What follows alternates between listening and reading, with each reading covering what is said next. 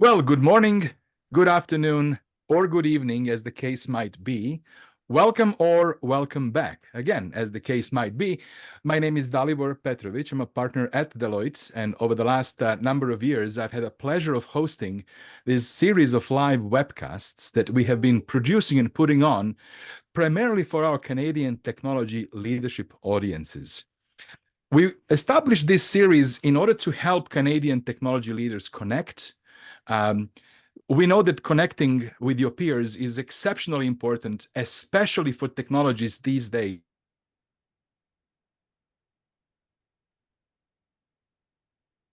Technology leader to establish a strong and broad peering network.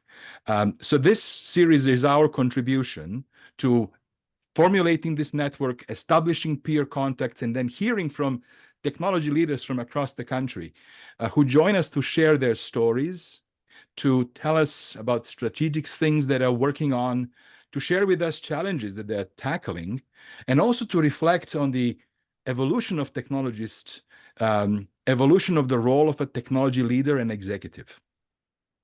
Today is one of those sessions, and I'm very, very thrilled and privileged to be joined by Joyce Drohan. Joyce is a Chief Technology Officer with the Ontario government. Joyce, thank you so much for finding the time to be with us today. Thanks so much, Dalibor. Happy to be here. Thank you very much, Joyce. And for our audience members, this is an actual live session. So first, pardon any tech mishaps that might occur. Second, because it is live, it will give us a chance to actually ask any questions that you might have. So please, using the Q&A function of this Zoom platform, please feel free to submit any questions you might have, and we'll do our best to address as many questions as we can in the next 45 minutes of this program. We will also record this session, so if you'd like to review it again or share it with your colleagues and friends afterwards, please feel free to do that. So Joyce, thank you again very much for joining us. I would do a disservice to even attempt to introduce you. Instead, I would much prefer to actually hear your story, how you navigated your life and your career to now be at the helm of technology for Ontario government, the Chief Technology Officer. Well, thanks so much, Dalibor.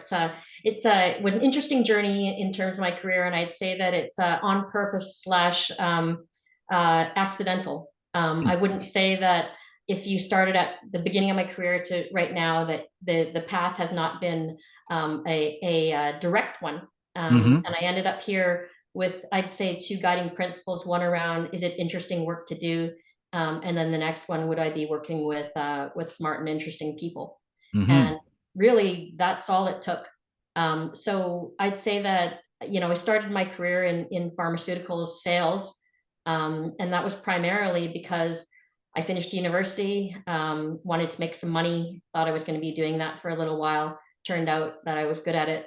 And then I ended up in commercial marketing. So started at Pfizer, ended up at AstraZeneca in commercial marketing, ended up in global marketing, and then I moved to the UK with AstraZeneca. Yeah. And then the funny thing is that while I was there, I had two little children at the time, and I wasn't spending enough time with them. So I decided to take a sideways step, and I became a business unit sales manager. Too much travel in the marketing role. I wanted to stay home more with my kids. And during that time, I started meeting with government officials because I wanted to, spend more time thinking about stuff rather than just on the people management side of sales. Yeah. And when I was there, one of the guys, he was in charge of the Strategic Health Authority there. I met him and he said, so would someone like you want to work for someone like me? And I said, no. And so he asked me every month for a year after that. And then weirdly, he got this amazing role to lead the largest transformation program in the UK. Wow. In healthcare. And then he called me and said, do you want to work for me now? And so I said, yes. So I said, yes. I joined. My job's been primarily strategy, and then strategy turned into analytics, because you couldn't actually spend millions of dollars or pounds without understanding analytics. Analytics became data. And then it was time for me to move back to Canada. I'd been in the UK for about 10 years at that time. And we were working with one of the consulting firms, and they said, how would you like to come work for us?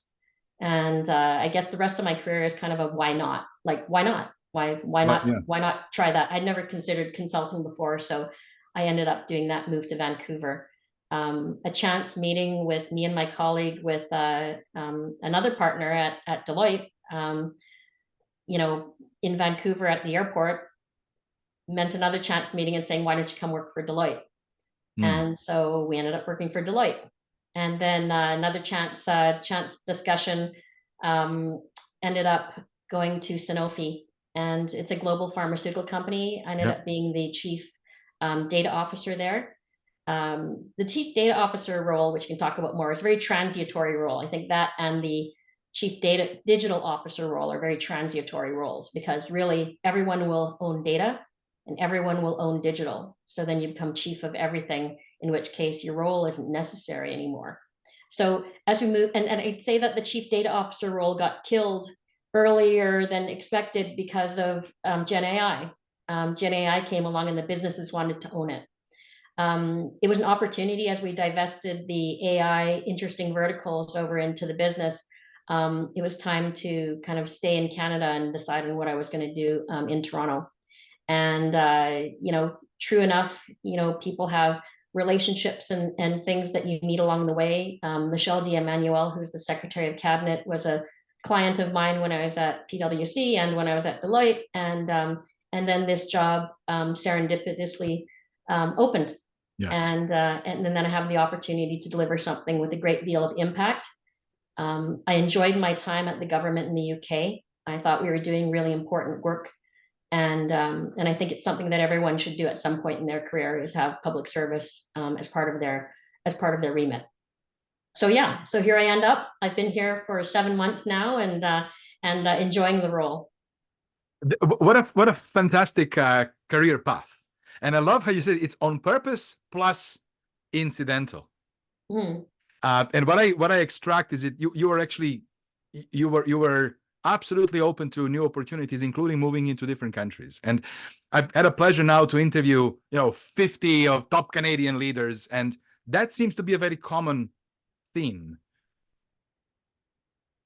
Be open to new and different opportunities. Take advantage of the door that opens, right? And it feels to me like you have just told that story. Yeah, absolutely. I'd say that the theme song really is, don't be calcified about what you're doing.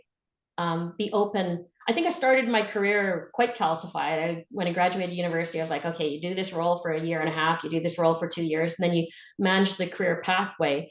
And the government job was actually in the UK quite liberating, because the next job up was an elected official, which I was never going to be. And it really opened the door to say, well, what do you want to do? How do you want to manage your career, and what do you want to manage with that? And I think overall in my career also, I'll call myself people loyal rather than company loyal. I like the people I work with. I'm more loyal to the people that I work with, rather than saying that it's a specific company. You want to be aligned with the mandate and the vision, and obviously that's really important, but it really comes down to the people that you're working with that are interesting and help you move the agenda forward. Oh, fantastic. Absolutely. And that also, of course, directly links back to what you said, how you opened it. Will the work be interesting, and am I going to be surrounded by great people, right? Right. That's a secret formula. I agree 100%. So now you are a chief technology officer for Ontario government, massive mandate, largest province. Could you maybe share with us like the magnitude of the mandate, like how many people you serve, some sort of perspective, so that audience gets an appreciation of the mandate itself? Yeah, absolutely. Ontario Public Service is almost 70,000 people. Obviously, every Ontarian and everyone on the call who's from Ontario, everything we do impacts every point of your life, from the beginning when you get a birth certificate to the end when you get a death certificate, to everything in between, from driver's licenses, permitting, highways, education. It's all the important stuff. And one of the reasons I like government work too is I believe that government solves the most difficult problems, from housing to food insecurity, to transportation to everything in between. Super important role from that perspective. And it's really all enabled by technology now. Yeah. And so everything that you have, how do you create an experience that's potentially a retail type experience? How do you make sure that you're moving things along? And the difference between all the private sector jobs that I've had where it was, be competitive, innovative, fast, all those things that you do in private sector. In public sector, it's a little bit different. You need to have value for money. You need to make sure you're secure, it's robust. And I'd say that from most taxpayers, they don't necessarily want you to have the most innovative solution. They want you to have a stable, reliable solution that works when you turn it on. So it's a different way of thinking, because I do always think about whether or not I would have spent that money, and Dalibor, I'm spending your money too, right? As to whether or not that was the right solution and the right thing that we do. So overall, the interesting mandate now, the same mandate that everybody has right now, is that AI is a big deal right now. Gen AI, after November, when last year when OpenAI, launched ChatGPT, everybody's not just interested in AI, but wanting to know when it's going to happen, what's going on, what we're going to do. So part of my remit is to develop the overall strategy for the Ontario public sector for AI. Another remit is to make sure that we have a real target state for how we're going to actually manage our technology. Every CIO has the biggest problem in the world, is that most of it is legacy technology, right? You end up spending a bunch of money, putting sticky tape and things on it to keep it moving. And then you want to spend money on the innovative stuff. But if you can't fix your legacy, then what happens is the new stuff end up being a bunch of, POCs and stuff on the side. They're not part of the, main part of what you're doing. And you really need to integrate your legacy modernization with what you want to do with innovation. And that's part of the remit too. How are we going to manage that legacy modernization at the same time that we're actually bringing innovation into OPS? So that's a big deal. And again, all with value for money as the first line item that you need to make sure that you have, is how do we deliver on that with maximizing the spend.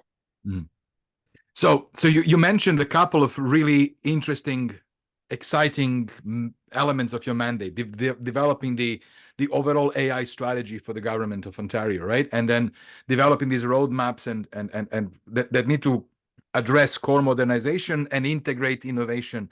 Can you please tell us more about other sort of strategic things that are on your radar that are cool and interesting, that people ought to know, that people might not be aware of? Yeah, our enablement, and it sounds like it's not interesting, but it is. The legacy is actually super interesting. And I say this from the perspective that, Dalibor, you and I are probably around the same vintage, right? I'm going to use OHIP as an example. We all use OHIP, right? In Ontario. If you live in Ontario, we all use OHIP. The OHIP system is over 40 years old. Now, if you look at our age right now, Dalibor, and if you imagine when you're around 15, 13 years old, and the technology that you are using at that time, the Texas Instruments computer, the calculator, the Walkman, the solar powered Casio calculator, that's what's running some of the legacy technology.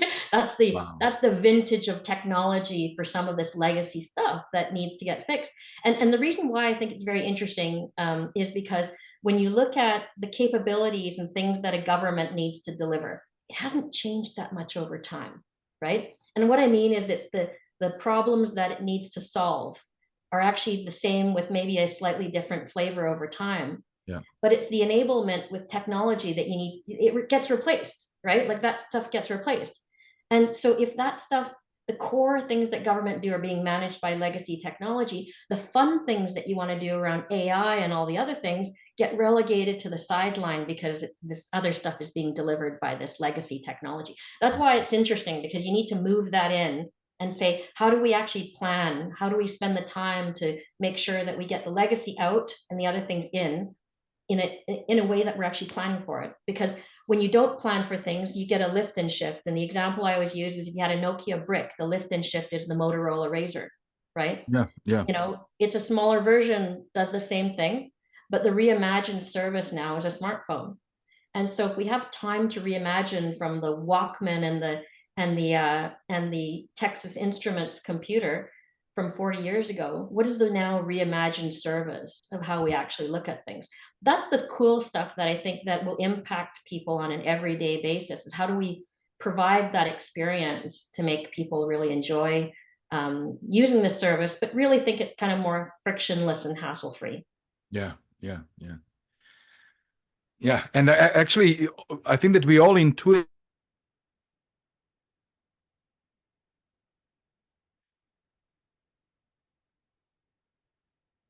Texas Instruments is actually quite, it's brilliant and quite concerning. Well, that's where we were at that time. That's right. You know what That's I mean? right. It's not that there's not some modernization clearly that has happened throughout the decades after that, but the Yeah, base is that. yeah, And that's the part where, we need to spend time. It's it sounds boring, but it's actually the majority of your spend. that's So correct. unless you start moving that needle there, which, people kind of don't want to, it's like doing your taxes. Sounds boring, so let's delay it or do it later on. But that's actually the way that you get the interesting stuff started. Yeah, And yeah. so it is super important. Yeah, absolutely, absolutely.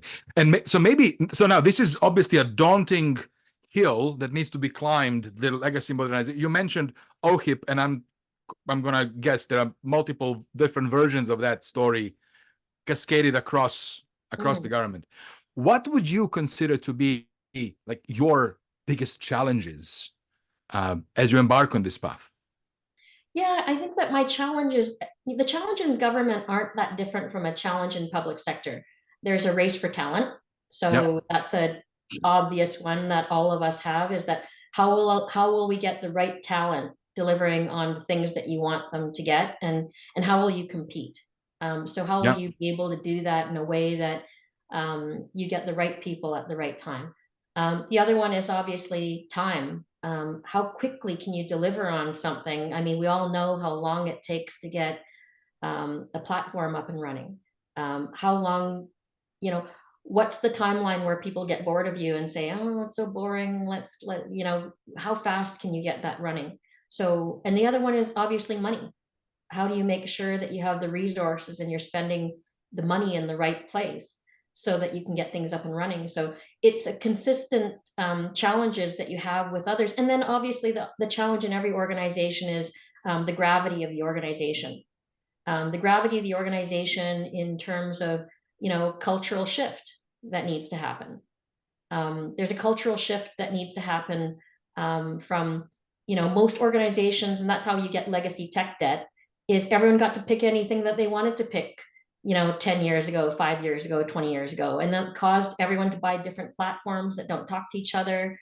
It caused people to buy different versions. We have duplication of resources and duplication of platforms, just like any other organization would have. And then it's the cultural shift to being more corporate and thinking of Mm. how we're knights of the round table, and how we manage our funding together rather than how we've characteristically managed it apart. Yeah, yeah, yeah. So if I was to summarize it, there are four elements you mentioned. Number one, the race for the talent. Mhm.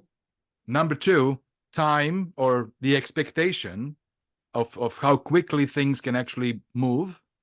Third was money and making sure that it's spent in the most value creating way. And Mhm. then fourth, I loved how you used the word gravity of an organization. Mhm. Gravity of an organization. So making sure that the culture changes, or should we say evolves more towards this enterprise-wide, common shared experiences. Mhm. Yeah, very, very, very good. And you're right, these are actually common There. across both public and private sector. And Yeah, I'd say the gravity one's an interesting one because, I mean, Dalibor, we were colleagues when I was at Deloitte. Like, clients never wanted to spend money on the change management work stream, yeah, right? I mean, that's the most important one. most important. Yeah, Like, I've always said, there's no technological solution for a psychological problem. If we actually made the coolest tech stack in the world, if no one wanted to use it, they wouldn't.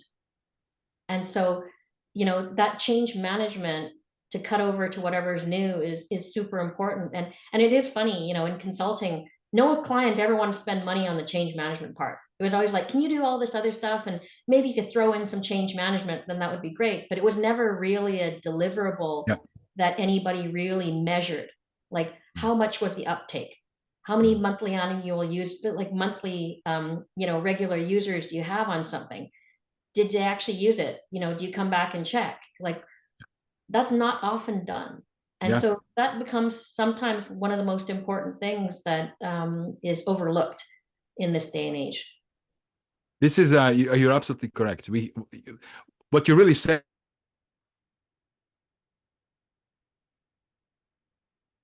budget on scope and still fail. Yeah, absolutely. You can Right? fail even, you can get everything right and still fail. Yeah. Yeah, Yeah. absolutely.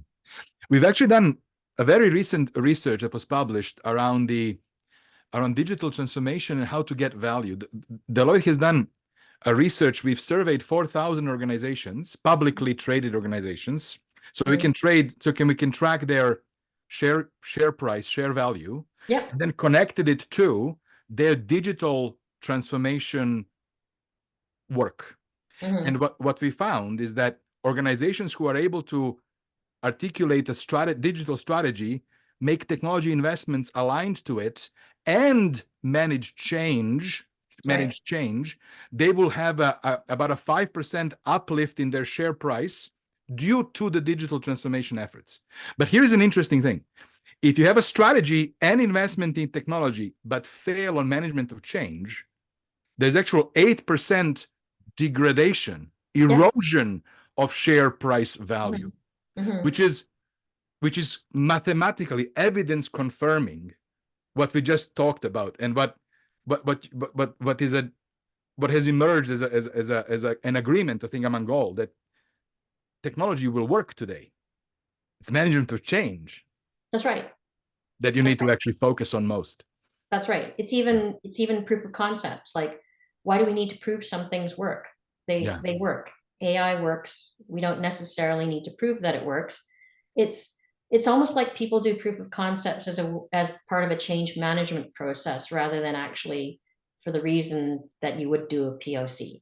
In which case, if it's just, sniff test, do you like it? Or do you think that's not really the purpose of it?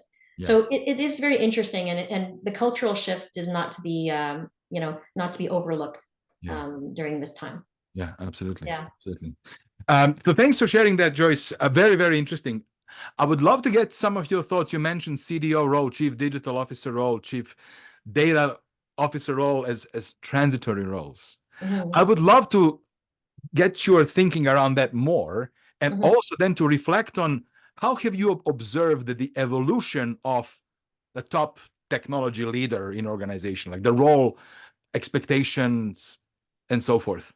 Yeah, it's amazing how many chief roles have come Yeah. into existence over the Yep. last few years, and if we look at the C-suite, most of the new chief roles are in technology, right?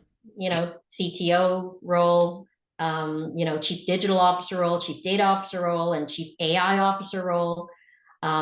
There's a number of different ones. I'd say that a lot of the roles should be incubation roles, right? I was talking to one chief digital officer who changed his title back to chief information officer. And he said, even that's a misnomer. He goes, I'm really chief software engineer, but he goes, there's no such thing. So I Mm. can't make that role, but I think that chief information officer role fits the best.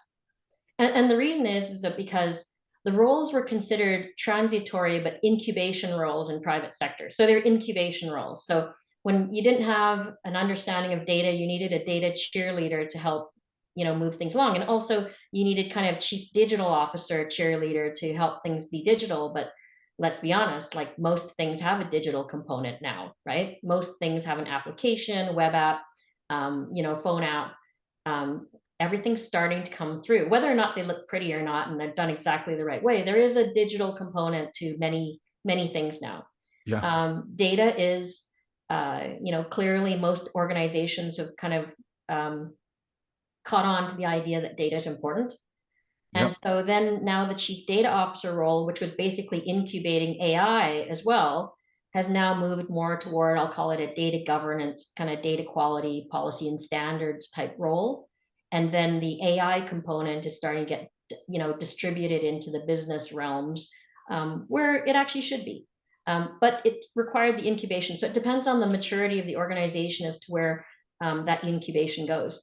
So the trend that I'm seeing right now is the double-barreled role, right?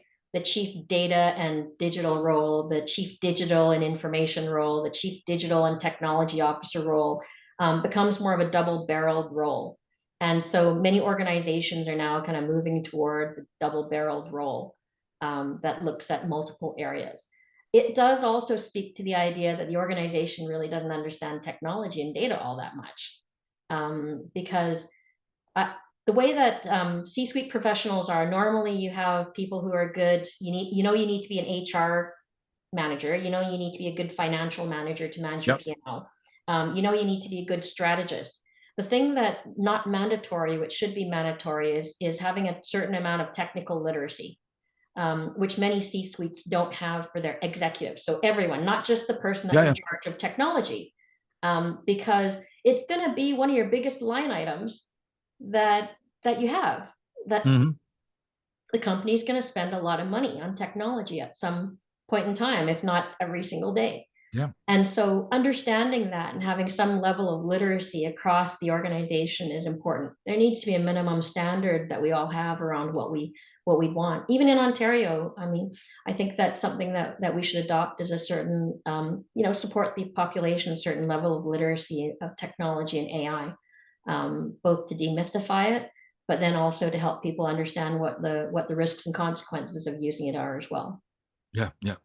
And when you say literacy, I'm going to assume it's not just for the executives. Oh, it yeah. is for everybody across the organization, including the board, or in case of public sector, elected officials. Everybody should have a responsibility to actually lean in and understand what's happening in technology in their domain, in their field. Absolutely. And I think that that push is fully in this, like, the arrows are pointing in the same direction with what you said earlier, that the role is transitory and incubational. These two things actually meet. They meet at the front end. That's right. Exactly. So here's another perspective. So I 100% agree. Let's talk a little bit about the top of the house in terms of tech. The top of the house. Let's call it CTO or CIO, whichever of the two. Sure. How do you experience that role today and going forward? And what do you feel are the right sort of attributes or mindsets for leaders to succeed at that level and perform at that level? Right. I think that to succeed at that level and perform at that level at the top of the house for technology, you need to be a business leader as well. So you have to understand what you're trying to deliver.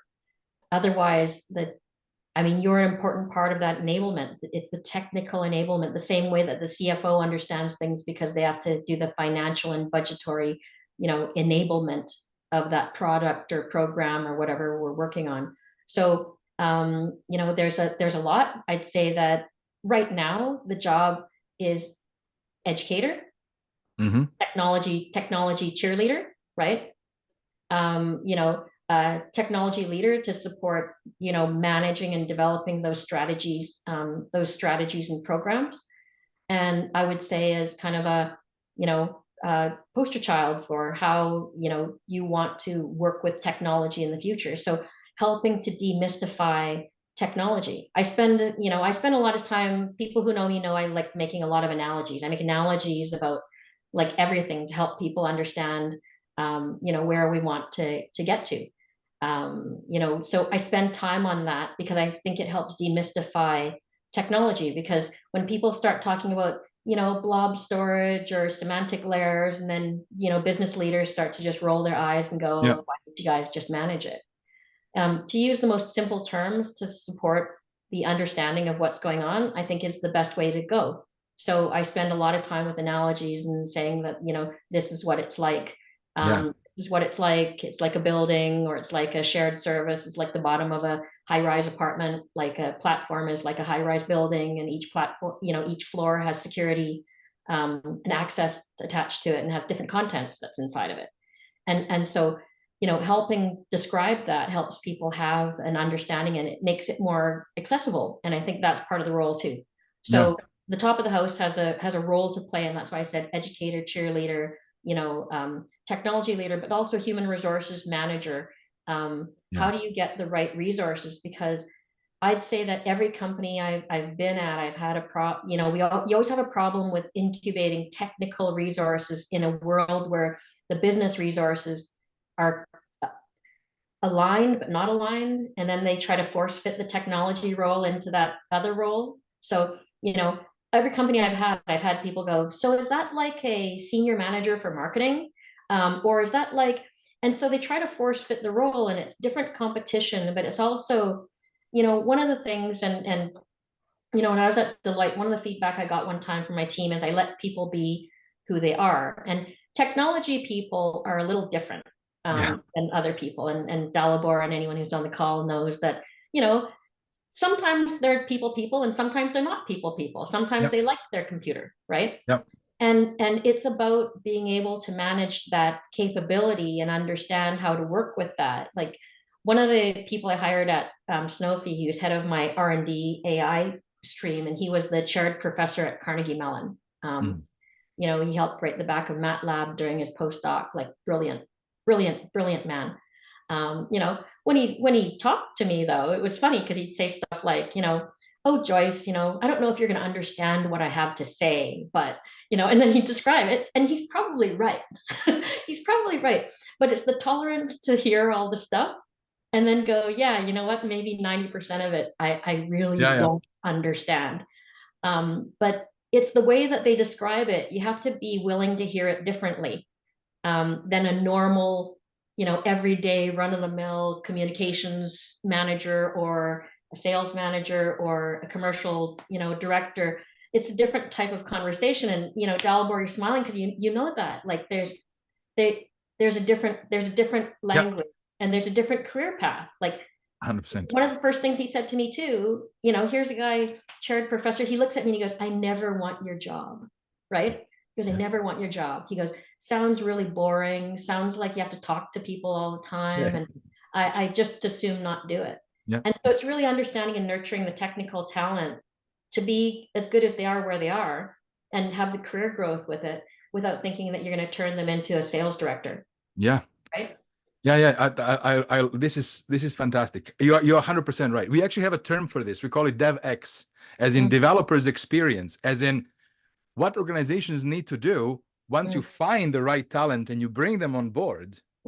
How do you create an environment that will give them the experience that they need to stay and remain and focus and be productive? Like from the culture to the work environment to the fact that these great talented engineers, as they grow in seniority, they don't want to replace laptop with a briefcase, right?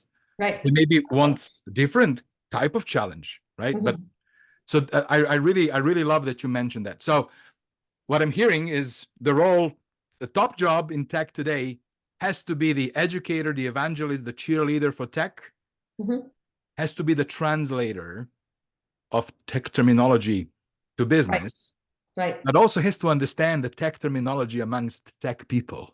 And also has to understand the business terminology to connect it together. So let's play back the movie. Let's play forward the movie for maybe 10 years. 10 years. And it seems to me that given that you mentioned the transitory nature of the CDO and CDO role, it almost feels like we could be on a path where the IT department 10 years from now looks very different altogether. I think so. Any sort of thoughts on like will the CIO eventually become also a transitory role that plays everywhere, and what might the opportunities that open up with that? There's always going to be a top technology executive role, I don't know what the name of it will be, because even CIO is not quite right. But it's not right. It's not right because it sounds old fashioned, doesn't it? Yes. But that's why I said that executive I spoke to changed his role from chief data officer to chief information officer, but he said still wasn't right, and he was chief software engineer, right? Yeah. Or software developer, which might have been more right. but there'll always be a chief something. And I don't know what it's going to be called, but I don't know if chief information officer is the right title either. So 10 years from now, 10 years from now, I think that the teams will be more combined. Yeah.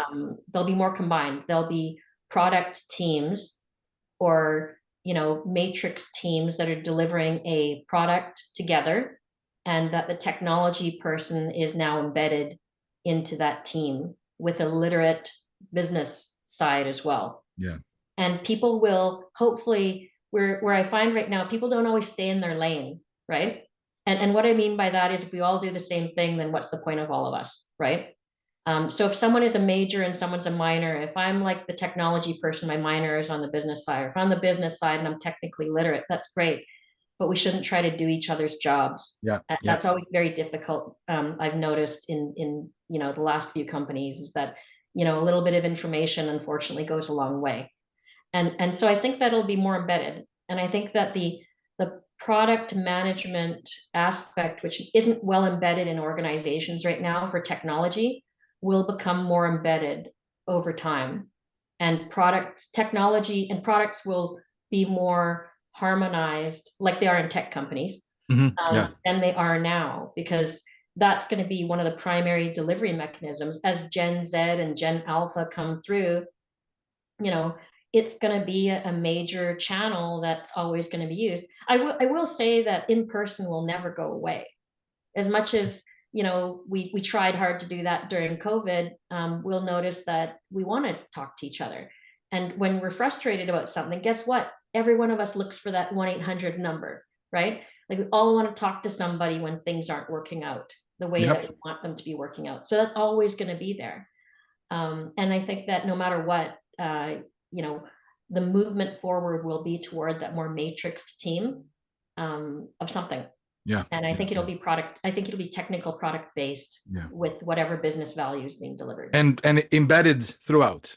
Embedded throughout. Historically, CIO was in the back office. We are moving to the mid office. Now we are the front office, and it'll be at the front of the front office and everywhere else, right? I think it still needs to stay there because you still need someone who oversees the overarching technical strategy of the organization, or else you end up with sprawl. You end up with people buying whatever they want to, and then you end up with no kind of oversight of what the North Star is going to be. Yeah. And so someone still has to hold the ring on that, I think, because otherwise you have anarchy from a technology perspective, and then you spend too much, you're duplicative, and we go back to that again. And so, orchestration.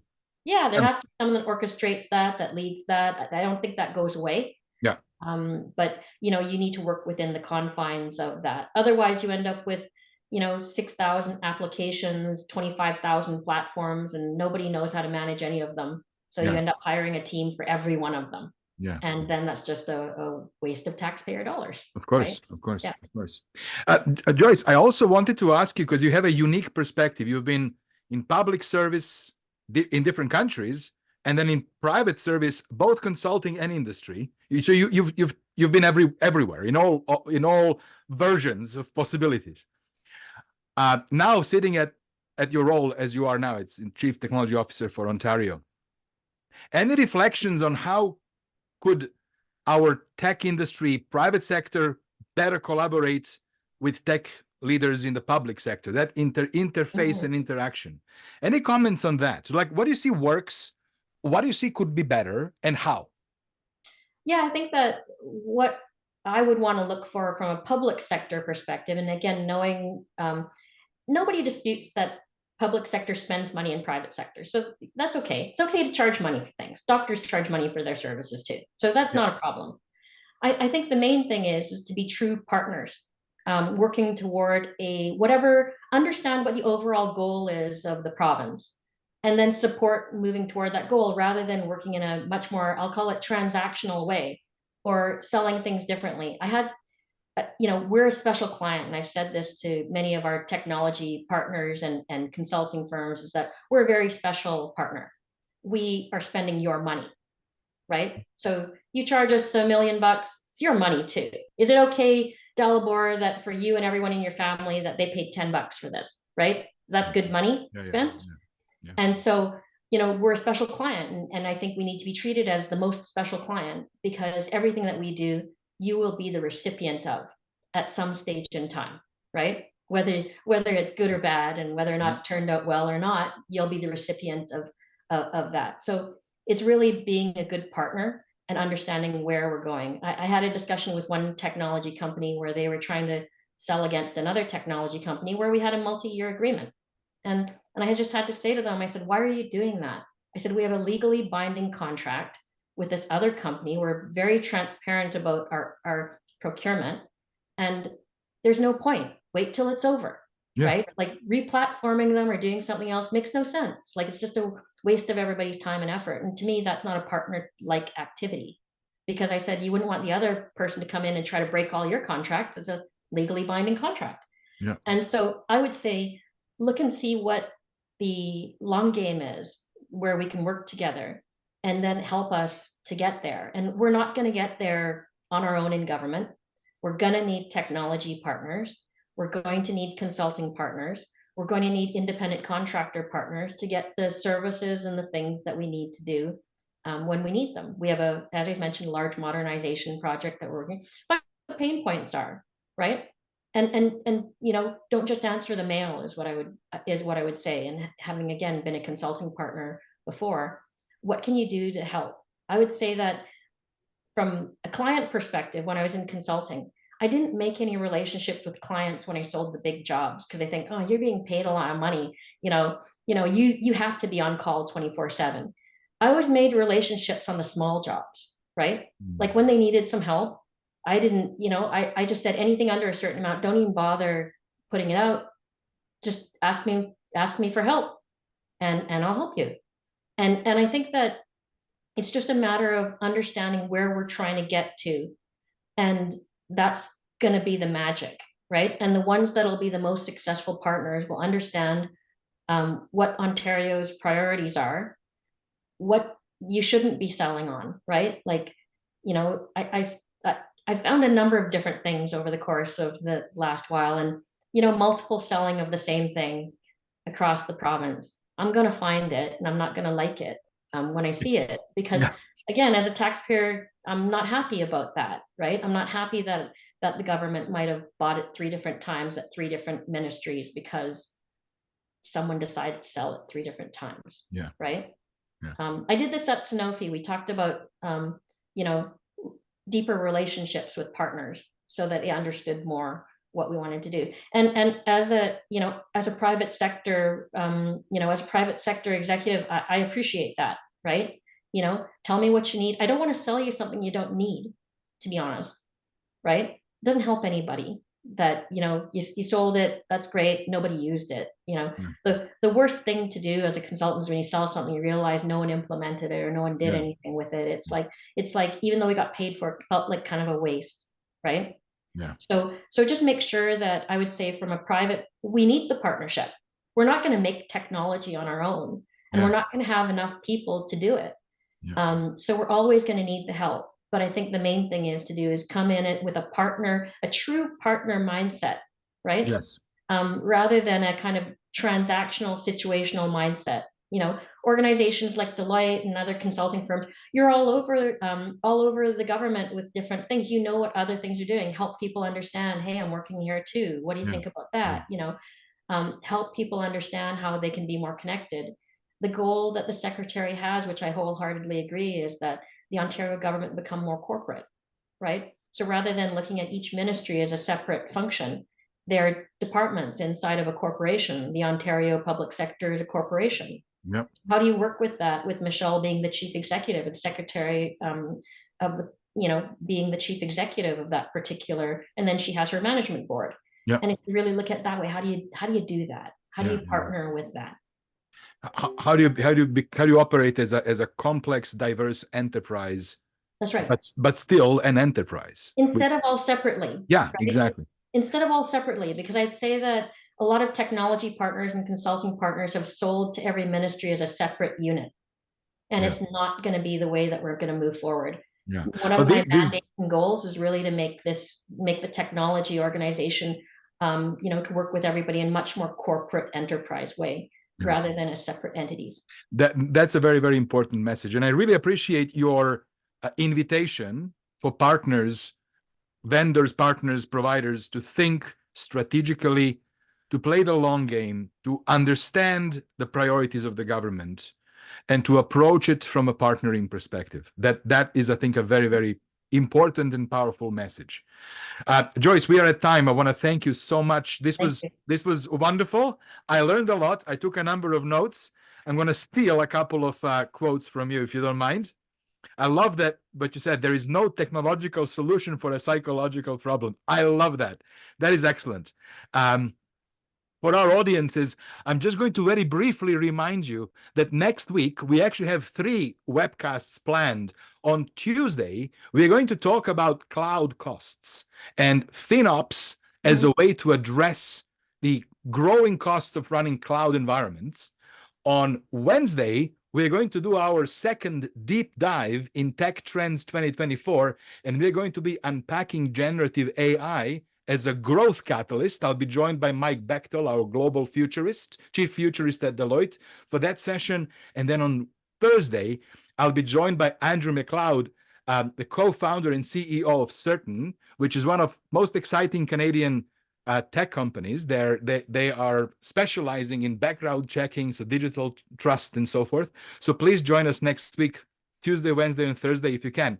With that, Joyce, thank you so very much for your time and for your wisdom. Thank you so much. Thanks, Dalibor. It's been a pleasure, and have yourselves a lovely Wednesday, everybody. All the best. Bye-bye. Bye.